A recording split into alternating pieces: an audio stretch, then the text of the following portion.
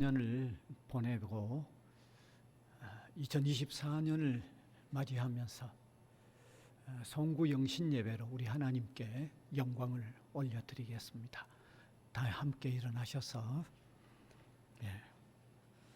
주악에 맞춰 묵상기도 드림으로 예배를 시작하겠습니다.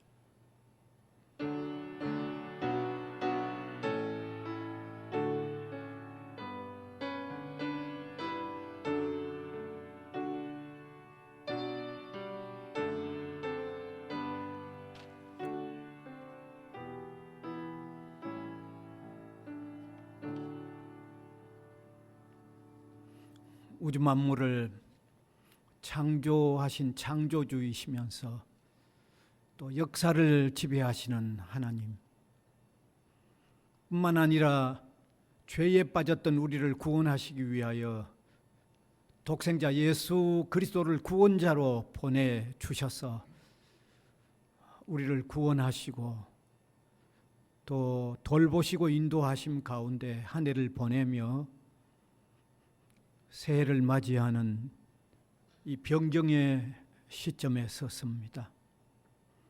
그간도 베풀어 주신 은혜를 감사를 드립니다. 우리를 무한히 사랑해 주셨던 사랑에 감사를 드립니다. 또한 주님의 은혜가 계속해서 필요한 저희들이기에 새로운 한 해를 시작하는 이 시작의 출발에 주의 은혜를 구하며 주님을 앙망합니다. 신령과 진리로 주님께 영광 돌리게 하시고 주의 은혜를 앙망하는 저희들 되게 하여 주시옵소서. 예수님 이름으로 기원하옵나이다. 아멘.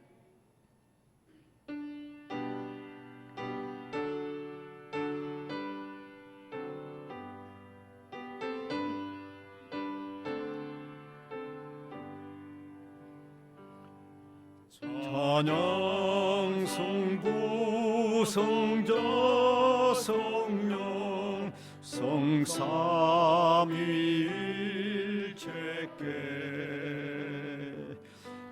영원 무궁하게까지 영광을 돌리세. 영광을 돌리세. 아멘.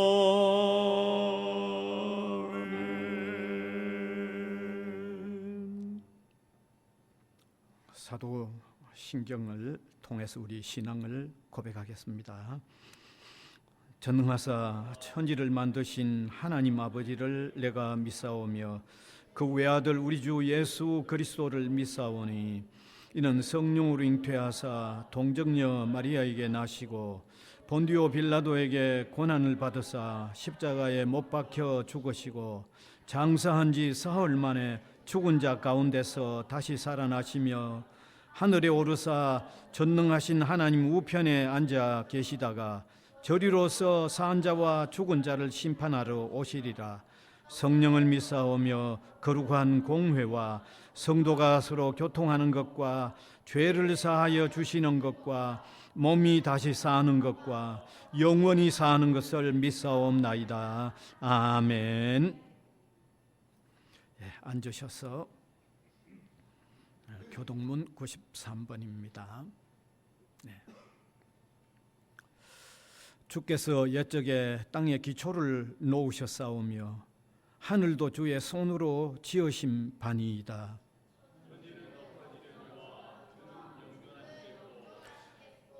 그것들은 다 옷같이 낡으리니 업옷같이 바꾸시면 바꾸려니와 너희는 이전 일을 기억하지 말며 옛날 일을 생각하지 말라.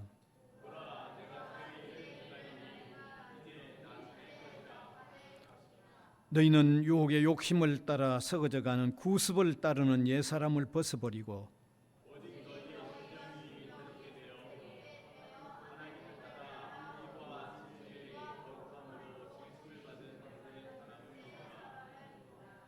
그런즉 누구든지 그리스도 안에 있으면 새로운 피조물이라. 새 계명을 너희에게 주노니 서로 사랑하라.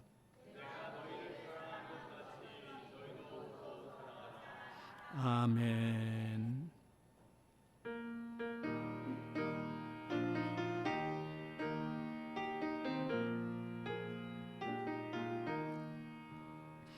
지금까지 지내온 것 주의 크신 은혜라. 한이 없는 주의 사랑 어찌로 말하랴. 자나깨나 주의 손이 항상 살펴주시고 모든 애를 주 안에서 형통하게 하시네. 몸도 맘도 연약하나 새 힘받아 살았네. 물 붓듯이 부으시는 주의 은혜 족하다. 사랑 없는 거리에나 험한 산길에 헤맬 때 주의 손을 굳게 잡고 찬송하며 가리라. 주님 다시 배울 날이 날로 다가와. 무거운 짐 주께 맡겨 벗을 날도 멀잖네. 나를 위해 예비하신 고향 집에 돌아가 아버지의 품 안에서 영원토록 살리라.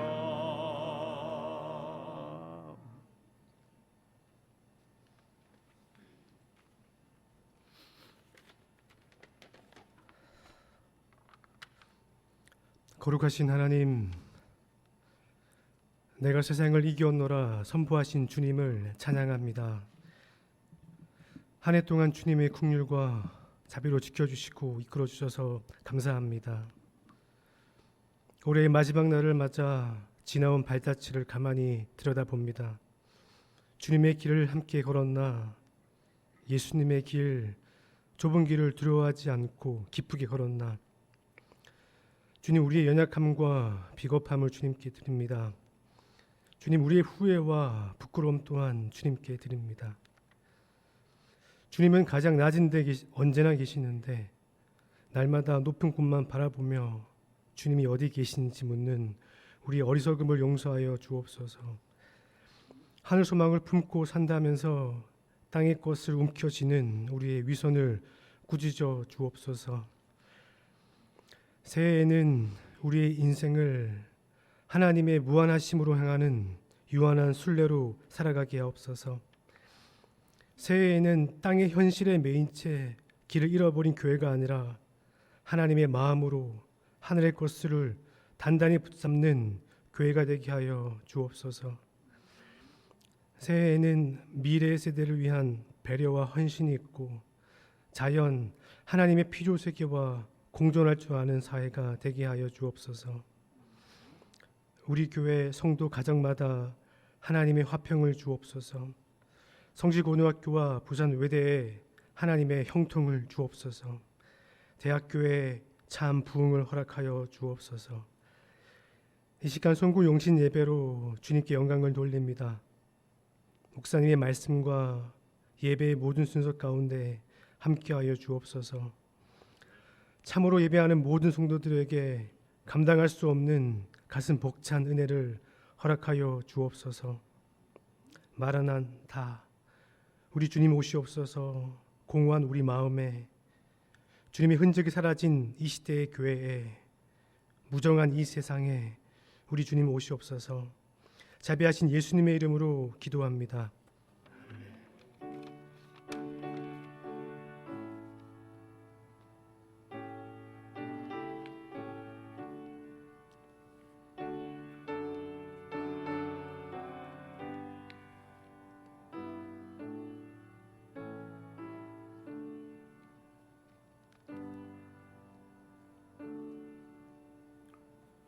하나님의 말씀은 신약성경 로마서 8장 31절에서 39절까지 되겠습니다. 8장 31절에서 39절. 좀 깁니다만은 제가 한 절, 우리 회중이 한 절 교독해서 읽어 내려가겠습니다. 그런즉 이 일에 대하여 우리가 무슨 말하리요? 만일 하나님이 우리를 위하시면 누가 우리를 대적하리요?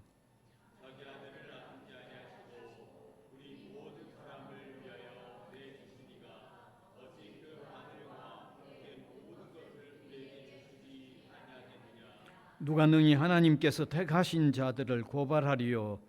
의롭다 하신 이는 하나님이시니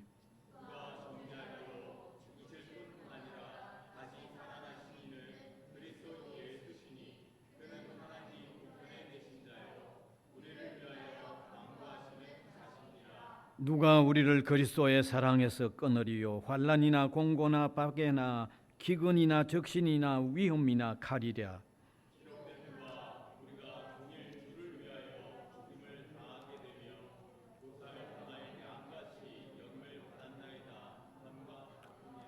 그러나 이 모든 일에 우리를 사랑하시는 이로 말미암아 우리가 넉넉히 이기느니라.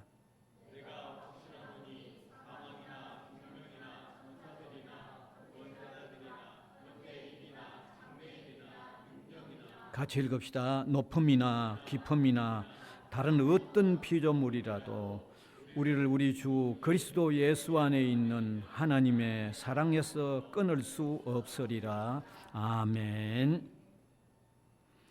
오늘 주보의 순서지에는 표현되어 있지 않습니다만은 김시아 집사님 거룩한 성 덕송으로 하나님께 영광 올려드리겠습니다.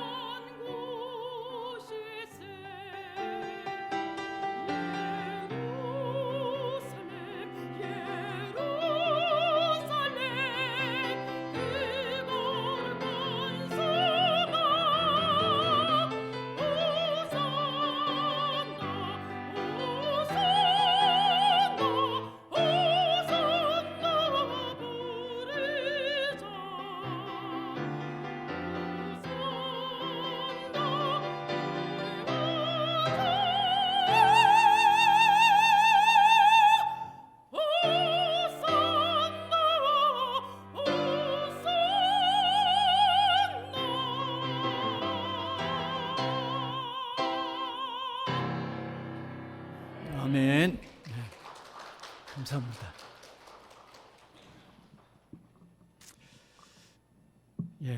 한 해가 저물어가고 또 새로운 한 해를 맞이하는 이 변경의 시점에 다가섰습니다.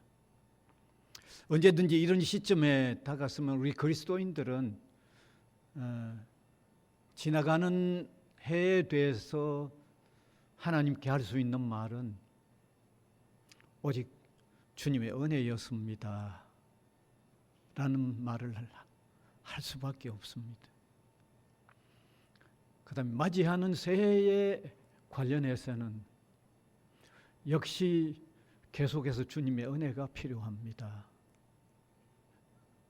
이게 우리 그리스도인의 공통적인 아마 고백이고 공통적인 느낌이라고 생각을 합니다. 왜냐하면 지나가는 이 한 해 온 세상에 정말 어려운 일들 많았습니다. 뭐 지금도 계속해서 어려운 일들이 생겨나는 지역이 많고 전쟁으로 통하여 눈코 뜰 새 없는 참 엄청난 슬픔에 놓여 있는 그런 현장들이 너무 많지만 우리가 이렇게 넘어가고 있는 것은 달리 말할 수 있는 게 없습니다. 오직 주님의 은혜입니다. 그 말밖에는 다른 말을 할 수가 없습니다. 또 맞이하는 해와 관련해서는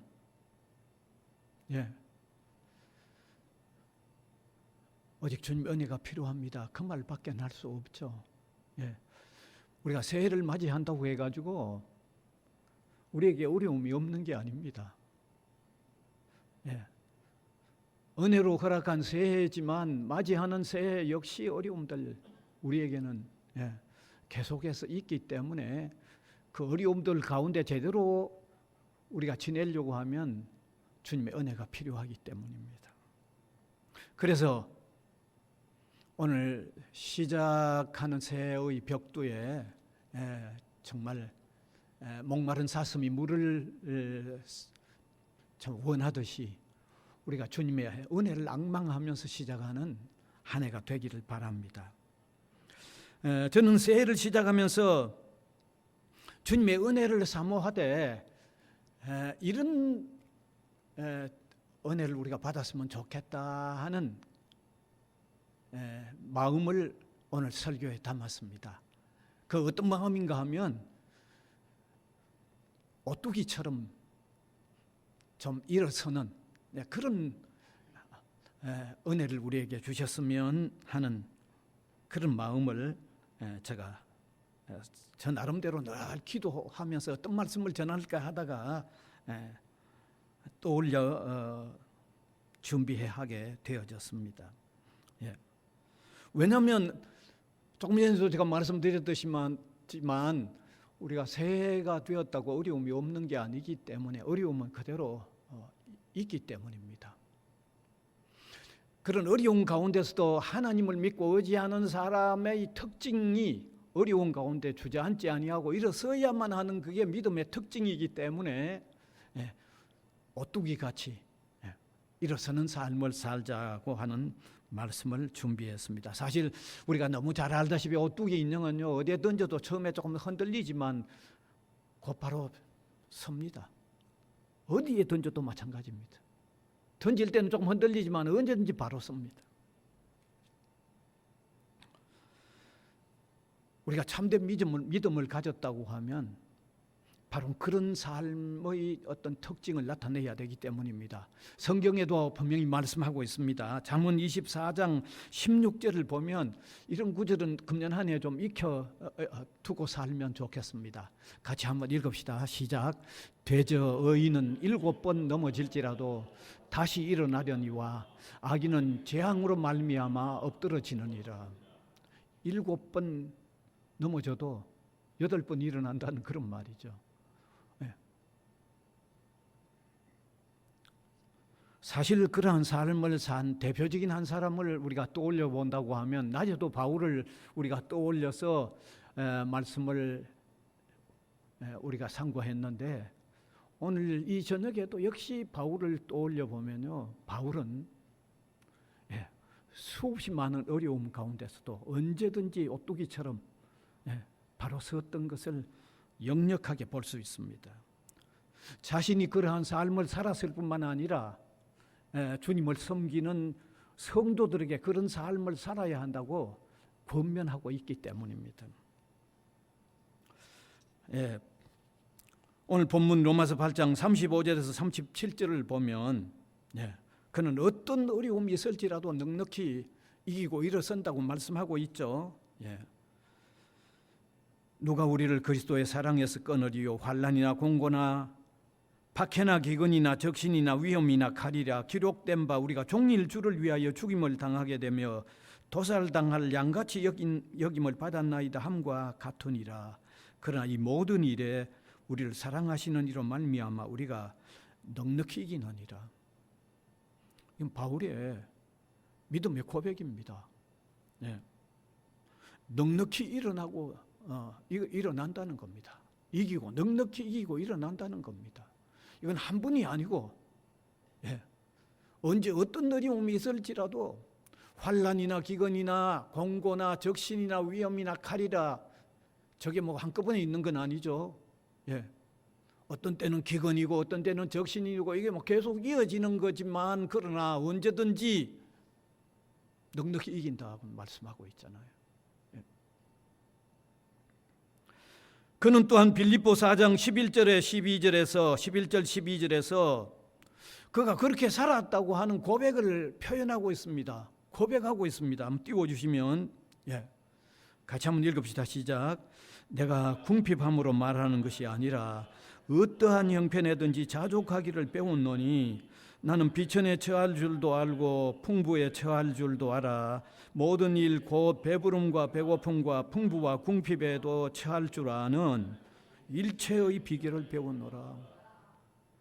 비결을 배웠다는 말은 그렇게 살았다는 말이죠. 그런 이론 정도를 아는 게 아니라는 거죠. 그렇게 살았다는 거예요.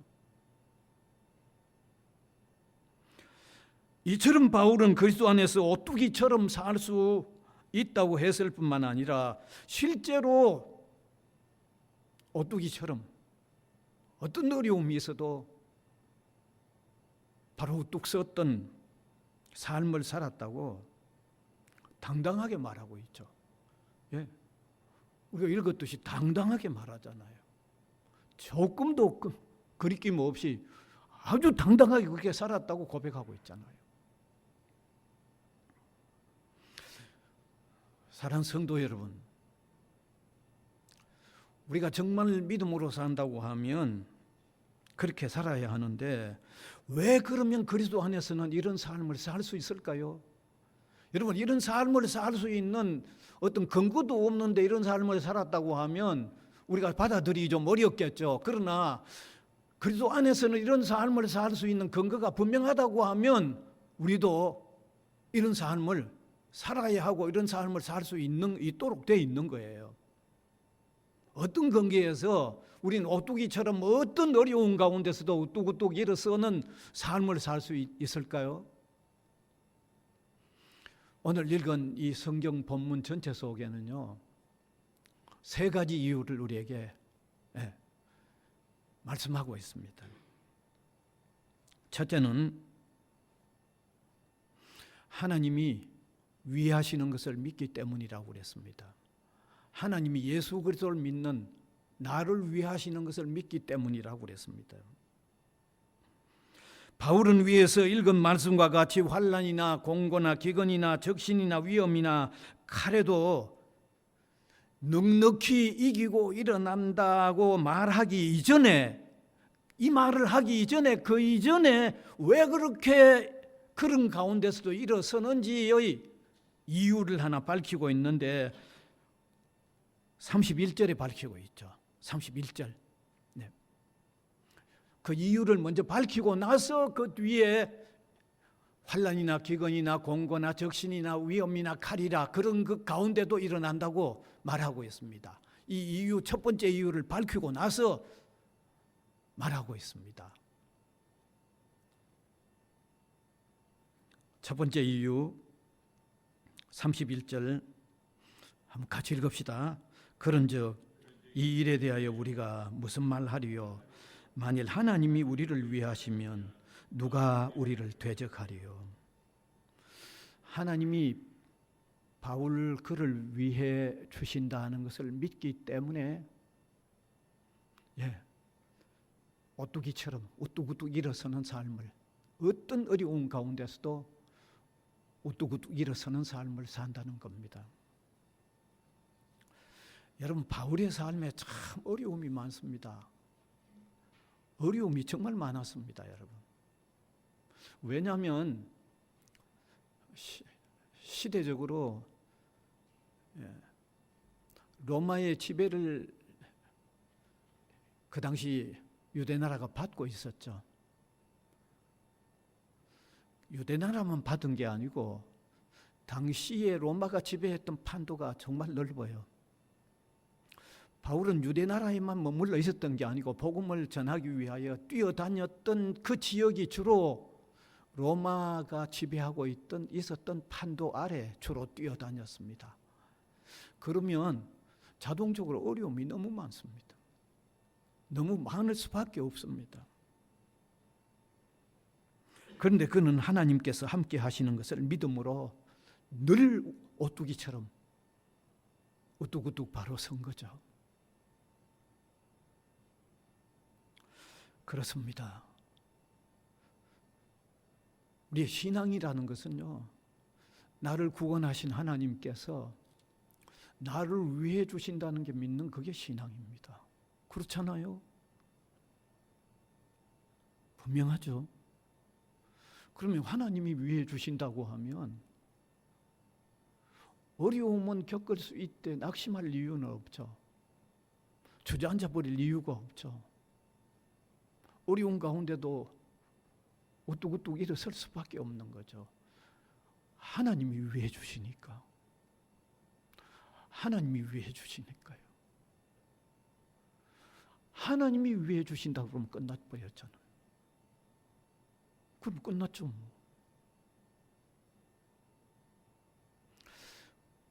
우리가 성경에 하나님께서 위해 주심을 믿고 수없이 어려운 가운데서도 주저앉아 버리지 않고 끝내 그 어려운 그때마다 일어섰던 사람을 한 사람, 우리가 한번 바울 외에 구약 성경에서 한 사람을 찾아본다고 하면 요셉입니다. 아마 요셉을 우리가 구약 성경을 읽으면서 마음에 한번 그려보세요. 그가 얼마나 많은 어려움을 겪었을런지. 심지어 누구로부터 미움을 받았어요? 이복 형제들로부터 미움을 받았습니다. 먼 외부에서 받은 게 아니에요. 가정 안에 형제들로부터 미움을 받아서 결국 팔려버린 거죠. 이집트로 팔려갔어요. 그런데 팔려갔는데 그곳에서 어려움이 없었어요. 이집트 왕의 경호실장의 집에 종생활을 하는 거죠. 지금으로 보면 왕의 경호실장이죠. 시위대장이니까. 종으로 시작하는 거잖아요. 그것뿐입니까? 경호실장의 아내가 요셉을 유혹하는 거죠. 그 유혹을 물리친 것 때문에 모함을 받아서 또 감옥에 들어가는 거잖아요. 여러분, 겹겹이 어려움을 경험했습니다. 이러한 겹겹의 어려움을 당하면서도 그는 일어났는데 끝내 이집트의 총리가 되어서 흉년을 만나 고생하던 이스라엘 민족을 구원해내는 역할을 하죠. 여러분, 요셉이 그냥 오뚜기처럼 우뚝우뚝 일어날 수 있었던 것은 그냥 지내다 보니까 그냥 우뚝우뚝 일어날 수 있었던 겁니까? 아니죠. 그에게 꿈을 주셨던 하나님, 그리고 그 꿈을 주신 하나님이 함께해 주신다는 것을 믿는 믿음 때문에 바로 그 어려운 가운데서도 우뚝우뚝 일어날 수 있었던 거죠. 다른 어떤 설명을 할 수가 없잖아요. 다르게 무엇 가지고 설명할 수 있을까요? 다른 설명이 안 되잖아요. 오늘 우리 그리스도인들도 오뚜기와 같은 삶을 살려고 하면 무엇보다도 예수 그리스도를 희생시키면서 나를 구원해 놓으신 하나님은 나를 위하신다고 하는 이 믿음을 가질 때 우리가 살아나가는 과정에 있는 어려움들 가운데도 계속해서 우뚝 일어날 수 있는 삶을 살 수 있다는 거죠. 하나님이 함께 하신다. 하나님이 나를 위해 주신다고 하는 바로 이 믿음이 필요한 거예요. 이 믿음이 어려운 가운데도 우리가 우뚝우뚝 일어날 수 있도록 하는 삶의 비결입니다. 이게. 저는 하나님께서 나를 위해 주신다, 우리 예수 그리스도를 영접한 사람을 위해 주신다는 사실을 무엇과 관련시키는가 하면 하나님께서 예수 그리스도를 희생시키고 나를 구원해 주셨다는 여기에 결부시켜 보면 안 해 주실 수가 없다고 저는 믿어요. 하나님께서 누구를 희생시키고 나를 구원해 주셨어요? 독생자 예수 그리스도를 희생시키면서 나를 구원해 주셨어요. 하나님에게 있어서 독생자는 우주 만물과도 바꿀 수 없는 분이에요. 그런 소중한, 하나님에게 있어서는 가장 소중한 독생자를 희생시키면서 나를 구원해 놓고 나를 위하지 않으면 어떤 결과가 돼요? 하나님께서 독생자를 헛되게 희생시킨 결과가 되고 마는 거죠. 그러니까 우리가 예수 그리스도를 구주로 영접한 사람들은요, 하나님이 독생자를 희생시키면서 나를 구원했다고 하는 그 사실 안에는요, 나를 위하지 않으실 수가 없다고 하는 이 소중한 진리를 믿으셔야 돼요.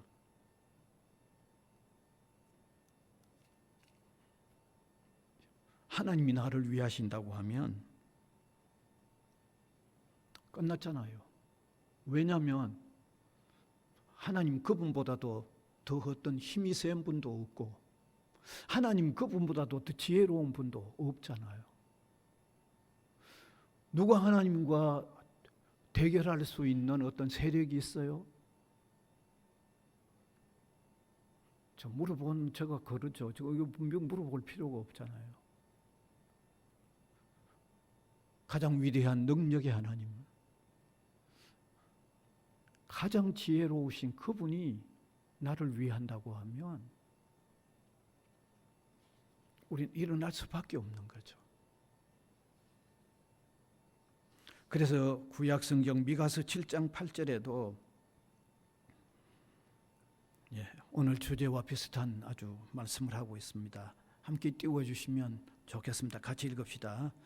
나의 대적이여 나로 말미암아 기뻐하지 말지어다. 나는 엎드러질지라도 일어날 것이요 어두운 데에 앉을지라도 여호와께서 나의 빛이 되실 것이미로다. 참 의미 있는 말씀이죠. 그죠? 예. 따라서 능력의 하나님, 가장 지혜로우신 하나님께서 내 편이 되셔서 나를 위해 주신다고 하면 우린 오뚜기처럼 일어날 수밖에 없는 이유가 있는 것을 믿으시길 바랍니다. 동시에 하나님이 나를 위하시지 않으면 안 되는 당위성이 아주 너무 분명한 만큼 나를 위하신다는 사실을 우리가 믿음으로 통해서 맞이하는 새해 어려움이 있을지라도 우뚝우뚝 일어서는 저와 여러분이 될 수 있기를 바랍니다. 여러분.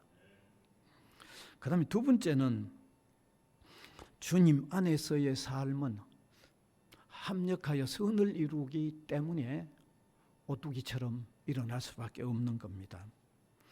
바울은 환난, 공고, 기근, 위험, 적신, 칼 이런 가운데도 넉넉히 이겨나간다는 것을 말하기 전에 두 번째로 중요한 이유 하나를 또 밝혀놓고 있습니다. 그게 로마서 8장 28절입니다. 이 구절은 우리 성도들 가운데 많이 좋아하는 분들이 너무 많고 익히 잘 아는 내용인데 로마서 8장 28절 같이 한번 읽읍시다. 8장 28절 없습니까? 그럼 제가 읽겠습니다. 우리가 알거니와 하나님을 사랑하는 자 곧 그 뜻대로 부르심을 입은 자들에게는 모든 것이 합력하여 선을 이루느니라. 같이 읽읍시다. 시작. 우리가 알거니와 하나님을 사랑하는 자 곧 그의 뜻대로 부르심을 입은 자들에게는 모든 것이 합력하여 선을 이루느니라. 이 구절 읽으면 끝났죠. 궁극적으로 선을 이루면 낙심할 이유가 없잖아요. 우리 신자의 삶은요, 궁극적으로 선을 이루게 된다고 말씀하고 있습니다. 삶의 과정은 어려울 때도 있고 쉬울 때도 있고, 삶의 과정에는 때로 유익할 수도 있고 어떤 때는 해로울 수도 있고, 삶의 과정에는 때로 어떻게 선한 일도 있고 어떻게 좀 악한 일도 있을 수 있습니다만은 끝내는 선으로 마무리한다는 말입니다. 하나님께서 예수 그리스도를 믿는 사람의 삶의 끝은 선을 이루고 만다는 겁니다. 이 내용 역시 예수 그리스도를 믿는 구원의 의미 안에 들어있는 겁니다. 예수 그리스도를 믿으면 틀림없이 구원받는다고 하는데, 틀림없이 구원받는다고 하는 그 내용 속에는 끝내 선을 이루고야 만다고 하는 의미가 그 안에 같이 포함되어 있습니다. 마무리는 그렇게 되고 만다는 게 그 안에 포함되어 있습니다. 여러분, 구원을 받았는데 끝내 선을 못 이루면 구원이 아니잖아요. 그렇죠? 그러니까 구원의 내용 안에는 끝내 선을 이루고 만다는 그 내용이 같이 포함되어 있다는 말입니다. 이처럼 그리스도 안에서의 구원은 궁극적이고 최종적인 승리가 틀림없기 때문에 구원 얻은 성도의 삶은 하나님이 합력하여 선을 이루는 마무리가 되는 거죠. 따라서 우리 성도는 주님 안에서 결국 합력하여 선이 이루어진다는 것을 믿으면 어떤 어려움 앞에서도 결정적으로 낙심할 이유가 없는 거죠. 결론이 이미 나와 있기 때문입니다. 지금 과정에 어려운 것은 어려움으로 우리가 느끼지만은 결론은 이미 나 있다는 거죠. 결론 선을 이루도록 돼 있는 결론이니까.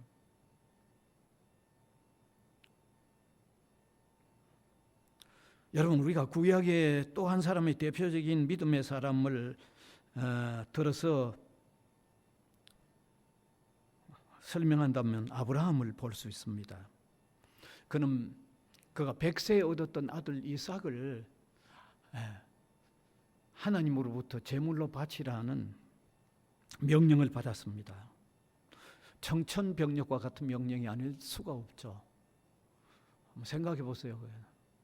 얼마나 소중한 아들, 얼마나 귀한 아들인데 그걸 제물로 바치라고 하면 하늘이 무너질 듯한 그런 명령이 아니겠습니까? 네. 그런데도 그 명령을 받은 바로 그 다음 날 아침에 아들을 데리고 하나님이 지시하시는 산으로 갔습니다. 뚜벅뚜벅 걸어갔습니다. 아들을 제물로 바치기 위하여 나무를 준비하고 칼을 준비하고 또 불을 준비하고 아들을 데리고 뚜벅뚜벅 걸어갔습니다. 하나님이 지시하신 산에 이르러 장작을 쌓아놓고는 제단을 만들었죠. 이제 아들 이삭을 죽여서 그 장작 위에 올려놓고 불을 붙이면 되는 그런 순간입니다. 그가 아들을 향하여 칼을 들었어요. 하나님이 급히 만류하죠. 내가 아들 바쳤다는 것을 내가 확인했다. 하나님이 인정을 하셨죠. 그러면서 뒤를 돌아보게 하면서 거기에 숯불에 수양 한 마리가 걸려 있는데 그 수양을 대신해서 제물로 바치도록 한 겁니다. 여기 아브라함이 하나님으로부터 그 시험을 통과한 내용의 핵심은 아브라함의 믿음을 설명하기 위한 내용입니다. 아브라함의 믿음 설명하는 내용입니다. 그게 그 내용의 핵심입니다. 그래서 그것을 통과함으로 통해서 아브라함은 믿음의 조상이라는 이름을 받은 거죠.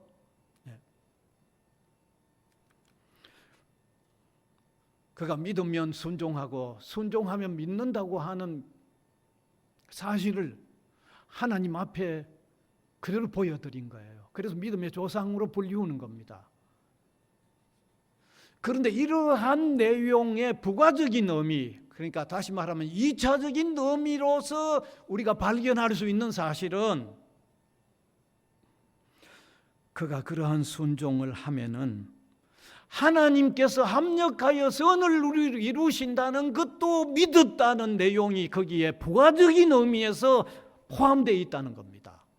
1차적인 의미는 그의 믿음을 그가 과연 하나님 말씀대로 믿었다는 거고 2차적인 부가적인 의미를 우리가 하나 찾는다고 하면 그가 그렇게 어려운 것을 순종할 수 있었던 것은 하나님은 합력하여 선을 이루신다는 것을 믿었다는 내용이 거기 포함되어 있는 겁니다. 그가 하나님의 명령을 따라서 아들을 드린 일을 행하더라도 하나님은 그 일의 결과를 유익하게 하실 것, 선한 결과로 이루실 것을 믿었기 때문에 그와 같이 하셨다고 하는 부가적인 2차적인 의미가 분명한 것을 우리는 의심할 여지가 없습니다. 사랑하는 성도 여러분, 우리가 참으로 하나님께서 우리를 위하시고 우리의 모든 일을 궁극적으로 선하게 하신다는 것을 믿는다면 오뚜기 같은 삶을 살아야 하죠. 살 수 있는 이유도 너무 분명하죠.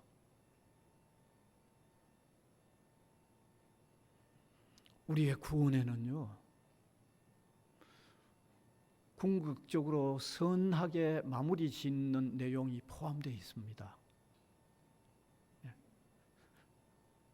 궁극적으로 선하게 하시는 하나님의 역사와 섭리가 포함되어 있습니다. 그래서 우리가 이런 하나님의 말씀을 마음속에 새기고 살아갈 수 있기를 바랍니다. 궁극적으로는 선하게 하시는 하나님을 우리가 믿음으로 통해서 우리의 삶의 과정에는 어려움이 있을지라도 그 어려움 때문에 그냥 넘어져 일어서지 못할 게 아니고 어려운 가운데서도 늘 일어서는 삶을 사는 저와 여러분이 될 수 있기를 바랍니다. 그 다음에 세 번째는 강력한 하나님의 사랑을 확신하기 때문입니다. 바울은 성도가 오뚜기와 같은 삶을 살 수 있는 세 번째 이유를 하나님의 너무너무 분명한 이 사랑을 그가 확신하기 때문이라고 밝히고 있습니다. 오늘 로마서 8장 35절에서 39절을 다시 한번 읽어보면 좋겠습니다. 같이 한번 읽읍시다. 누가 우리를 그리스도의 사랑에서 끊으리요? 환난이나 공고나 박해나 기근이나 적신이나 위험이나 칼이랴. 우리가 종일 주를 위하여 죽임을 당하게 되며 도살당할 양같이 여김을 받았나이다 함과 같으니라. 그러나 이 모든 일에 우리를 사랑하시는 이로 말미암아 우리가 넉넉히 이기느니라. 내가 확신하노니 사망이나 생명이나 천사들이나 권세자들이나 현재일이나 장래일이나 능력이나 높음이나 깊음이나 다른 어떤 피조물이라도 우리 주 그리스도 예수 안에 있는 하나님의 사랑에서 끊을 수 없으리라. 우리가 만나는 어떤 위협적인 일이라도 그것들이 우리를 위하시는 하나님의 사랑을 끊을 수 없다는 겁니다. 하나님의 사랑은 너무 강력하고 너무너무 확실해서 어떤 것도 그 사랑을, 우리를 향한 하나님의 사랑을 중단도 못 시키고 끊을 수도 없다는 겁니다.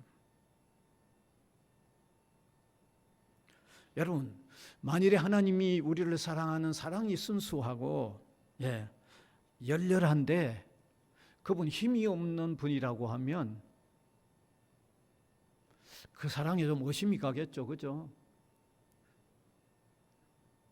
나를 향한 하나님의 사랑이 순수하고 열렬하지만 힘이 없다고 그러면, 더 강한 어떤 힘이 저지해 버리면 그 사랑이 내게 못 오는 거죠. 근데 제가 앞에서도 말씀드렸듯이 하나님은 가장 강한 분입니다. 하나님은 가장 지혜로운 분입니다. 하나님은 가장 능력 있는 분입니다. 그런 분이 나를 사랑하시되 그 어떤 세력도 끊을 수 없는 그런 사랑으로 나를 사랑한다고 하면, 그러면 우리는 넉넉히 이겨놓고 있는 거죠. 어려움 때문에 낙심하거나 주저앉아 버릴 필요가 없는 거죠.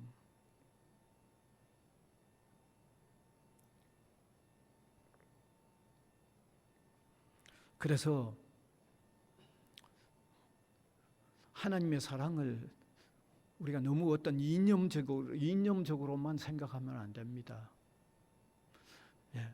하나님의 사랑은 얼마나 구체적인가를 우리가 분명히 깨달아야 됩니다. 하나님은 그 엄청난 사랑을 우리에게 나타내셨다는 것을 이미 확정해 주는 하나의 정표가 있습니다.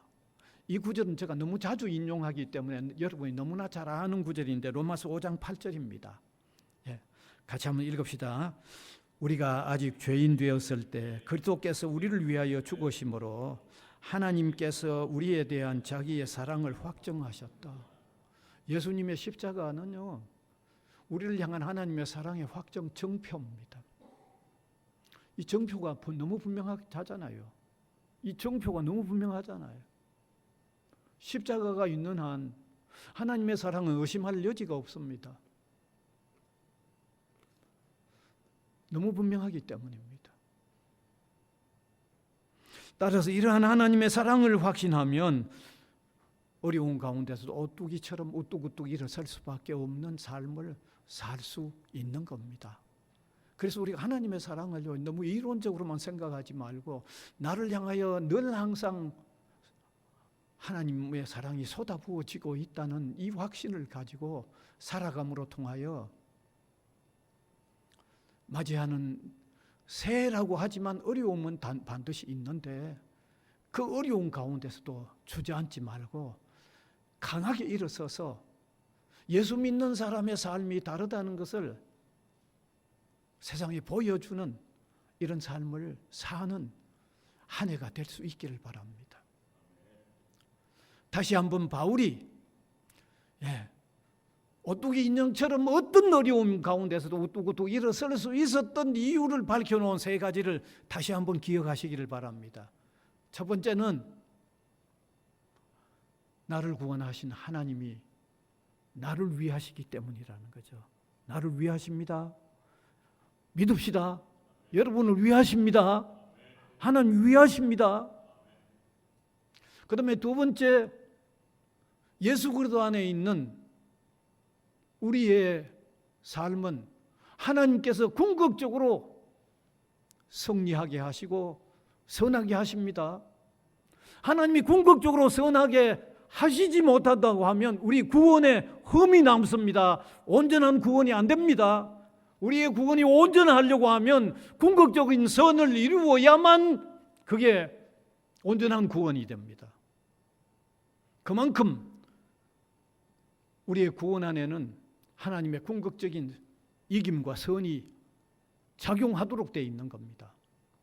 그 다음에 세 번째, 바울이 고백하고 있는 내용은 하나님의 우리를 향한 사랑은 끊을 수 있는 세력이 세상에는 없습니다. 그렇다고 하면 이 세 가지 이유라고 하면 어떤 어려움 가운데서도 일어설 수 있는 분명한 근거가 있는 거죠. 그래서 금년 이 새해를 시작하면서도 이 바울이 고백하고 있는 이 고백이 우리의 고백이 됨으로 통하여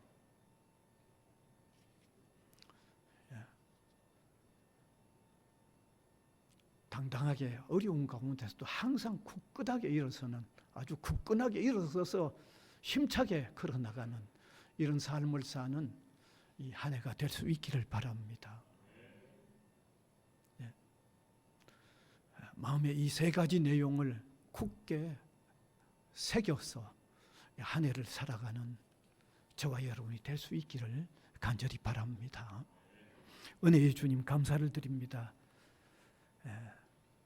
주의 은혜로 맞이하는 이 새해에 역시 우리가 세상을 사는 한 해는 그대로 또 어려움들이 많을 줄 압니다. 우리가 믿음으로 살아온 해수가 이미 많은데 살아온 지난 날을 우리가 돌아보아도 믿음으로 산다고 해도 어려움들은 분명 있었던 것을 너무 많이 경험해서 너무 잘 압니다. 다가오는 새해라고 우리에게 어려움이 없는 것은 기대할 수 없음을 우리가 압니다. 그러나 믿음으로 사는 사람들의 삶의 모습은 달라야 하는 것은 하나님을 섬기는 사람의 특징이기 때문에 맞이하는 새해도 그 특징대로 사는 저희들이 되기를 간절히 원합니다. 어려운 가운데서도 우뚝우뚝 일어서서 강하고 담대함을 세상 속에 나타냄으로 통하여 우리가 주님을 온전히 의지하는 삶인 것을 하나님 앞에 표현할 뿐만 아니라 우리를 보는 세상 사람들이 하나님의 위대하심을 깨달을 수 있는 이런 삶이 되도록 이 시작의 벽두에 우리를 사로잡아 주시기를 간절히 원하옵고 소원하옵나이다. 사랑하는 주님,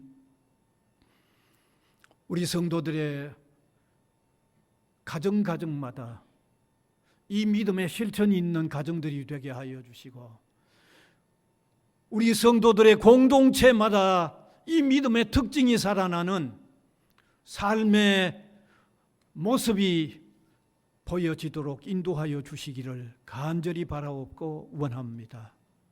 사랑하는 주님, 새해를 맞이하는 이 지구촌 구석구석 위에 너무 어려움들이 많습니다. 무서운 전쟁들이 계속되고 있습니다.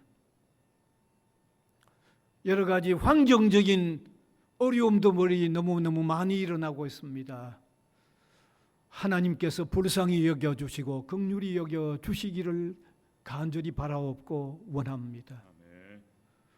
우리의 정치의 이 혼란한 상황도 하나님께서 기억하여 주시고 하나님을 두려워하는 사람들이 정치하는 정치 영역이 이루어지도록 하나님 함께해 주시기를 원합니다.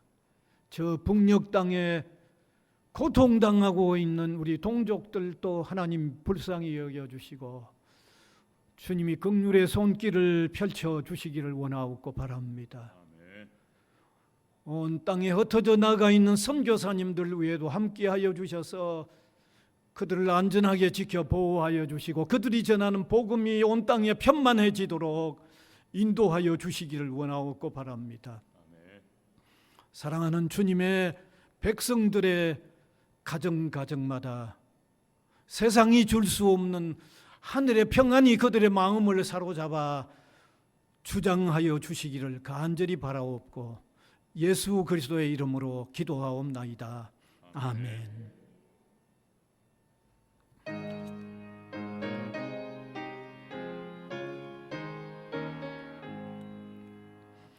시온의 영광이 빛나는 아침 어둡던 이 땅이 밝아오네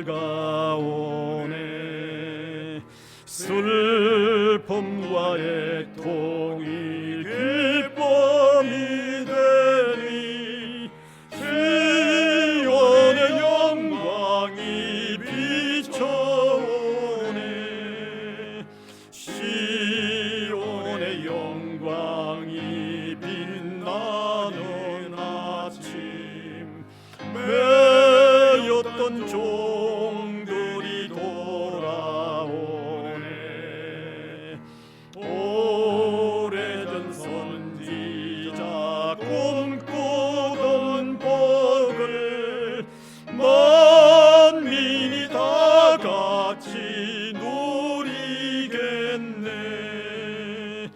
보아라 광야에 화초가 피고 말랐던 시냇물 흘러오네. 이 산과 저 산이 마주쳐 울려 주의 선총을 찬송하네. 땅두라 바다야 많은 성녀라 찬양을 주님께 드리어라. 싸움과 죄악이 가득한 땅에 찬송이 하늘에 사무치네.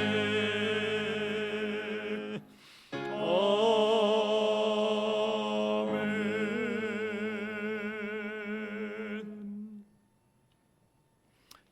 광고 사항은 이미 낮에 드렸던 사항이기 때문에 주보를 그냥 참조하시면 되겠습니다.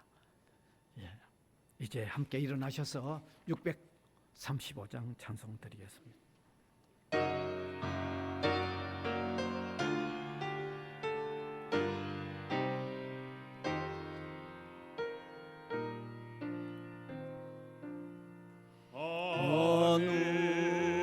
하늘에 계신 아버지 이름 거룩하사 주님 나라 임하시고 뜻이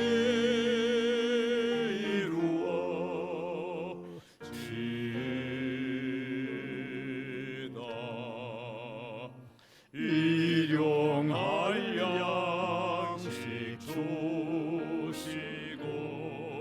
우리들의 큰 죄 다 용서하옵시고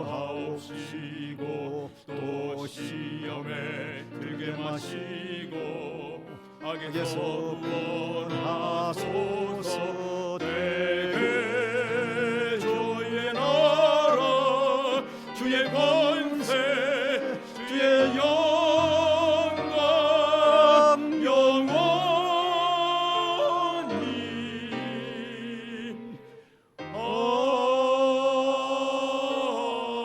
아멘.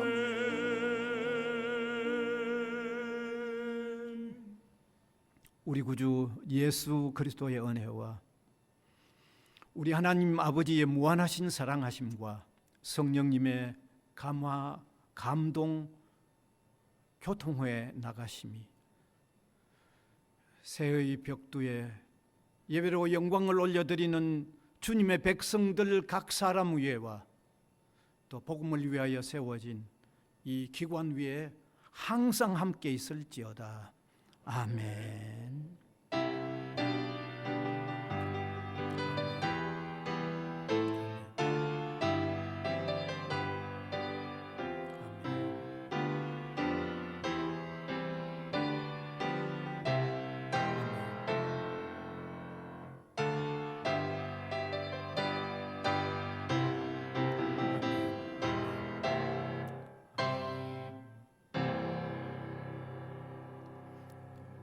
박수로 우리 하나님께 영광을 올려드리고, 예, 다 같이 새해 복된 한 해 되세요 인사 나누시면 좋겠습니다.